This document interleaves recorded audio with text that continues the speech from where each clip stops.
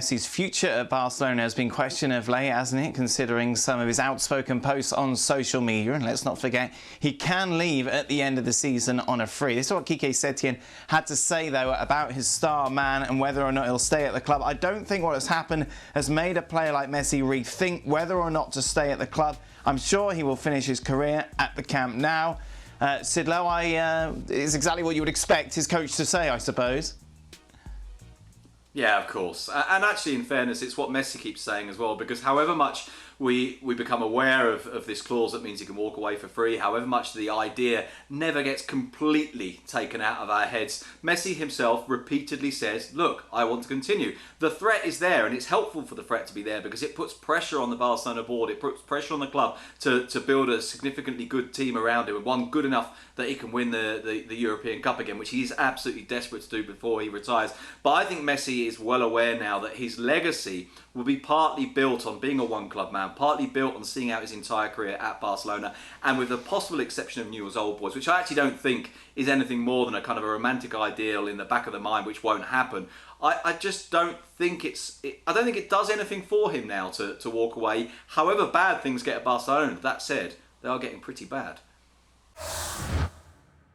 Meanwhile, in Spain, this is how things looked before play was suspended, which has relevance regarding the Champions League and Europa League spots. According to reports today, Sid Lowe is with us from Madrid to discuss this. Sid, just explain what these reports are.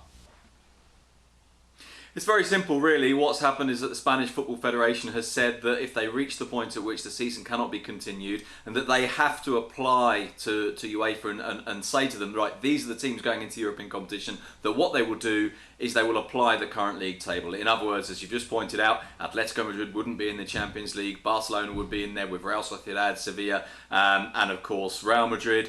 But that the problem with this is that this is the Federation saying so. Now, in theory, the Federation has jurisdiction to do this, and not only that, but of course is the direct communicator, if you like, to UEFA. But La Liga, which is a separate body, and as most people now know, La Liga and the Federation love to fight with each other. La Liga is saying, this is nothing to do with you, this is our decision to be made, and in any case, the season will get done. In other words, it's a complete mess.